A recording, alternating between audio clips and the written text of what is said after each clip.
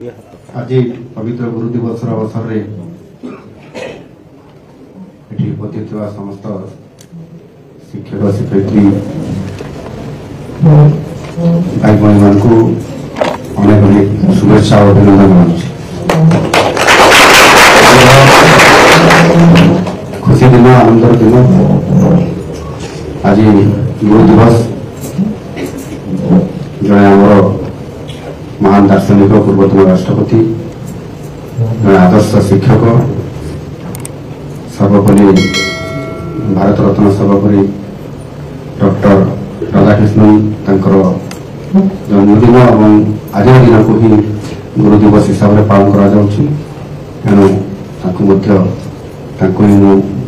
श्रद्धांजलि अर्पण कर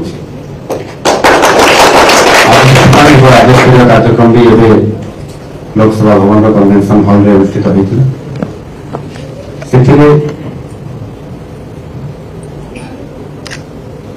ओडिशा अभी नुआ सरकार आसिला शिक्षा क्षेत्र में किभली भाव अधिक गुरुत्व दिया शिक्षार संस्कार केमती आसब एवं सब बड़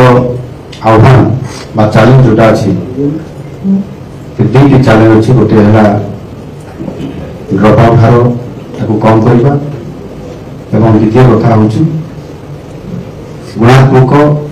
मानव शिक्षा प्रदान करवा गुणात्मक शिक्षा और ड्रप आउट ये दुईटी कथा को बड़ गुरुत्व दि जाऊँ से आधार यहाँ पूरा करने आमको सब बड़ कथा हूँ शिक्षक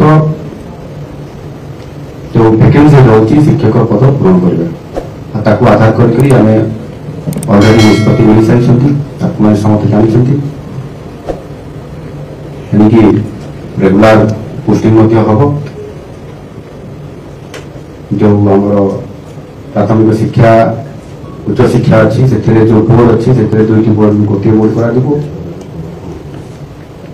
निपुण ओडिशा माध्यम एवं जो अभियान चलता गोटे वर्ष ये कार्यक्रम चली गोटे वर्ष आज पूरण हो आज आउ गोटे योजना हाथ नहीं पढ़ा गढ़ा ओडिशा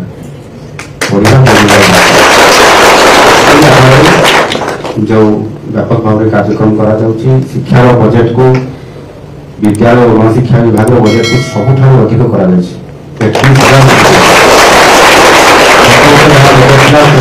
18% अधिक द्वारा निश्चित भाव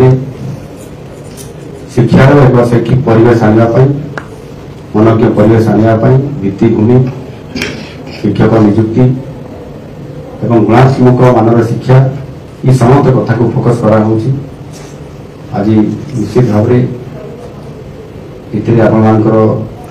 सहयोग आवश्यकता अच्छी मुझे समस्त को गोटे कथा जहाँ पूर्वतन प्रधानमंत्री अटल बिहारी वाजपेयी कहते मन पकड़ चाहे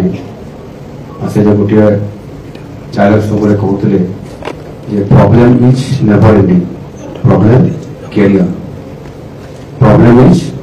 नेवर एंडिंग प्रॉब्लम कैरियर अर्थात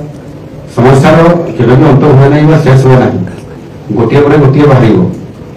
या रेगुलर होगा भी आहरी बड़ बड़ आहरी समस्या आसो सामने यहाँ कर दियो से कर दियो ना पाठ पढ़ेबुनि ना आसपे कि मन भर गोटे जो रहा आमर मुख्य गुरु दायित्व कौन अच्छी आम मौलिक कर्तव्य कौन अच्छी शिक्षा प्रदान कर गुणात्मक मानव शिक्षा प्रदान करवा से आम रहा तालिका आंदोलन करूँ कथा हो पारू आपस आलोचना आम दरखास्त लिखिपर सब कर।